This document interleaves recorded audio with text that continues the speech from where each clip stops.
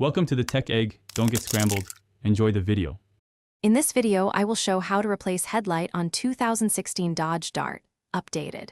Begin by parking on level ground and engaging the parking brake, then disconnect the battery to avoid shocks.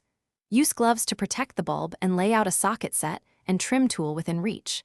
Keep the replacement bulb nearby and check your owner manual for bulb type and orientation. Work in good light and take your time to avoid damaging clips or wiring. Now we will remove the old bulb step by step with care and clarity.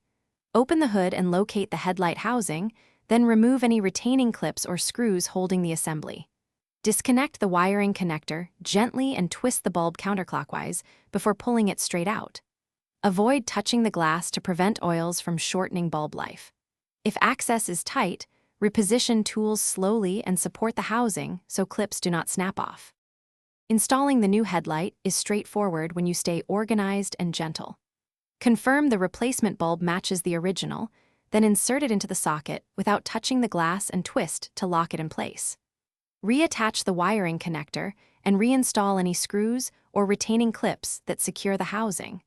Turn on the headlights to verify both low and high beams function properly, and adjust aim if alignment seems off before closing the hood.